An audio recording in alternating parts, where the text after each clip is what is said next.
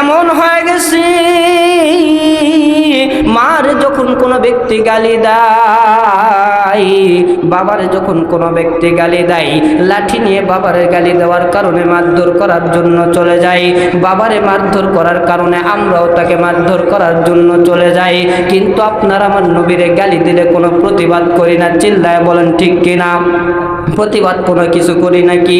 আপনার আমার নবীকে আজ পর্যন্ত বাংলার জমিনে কত কিছু বলে গালি দেওয়া হয়, আজ পর্যন্ত আপনি আমি কখনো ঘর থেকে বাহির হইলাম না, কখনো বললাম না যে আমি নবীরে মহব্বত করি, নবীরে ভালোবাসি, এই নবীরে গালি দিছে তাকেও আমি আজকে মারধর করব, এইরকম বলিয়া কখনো ঘর থেকে কিন্তু আমরা বাহির হই না গো বাবাজি।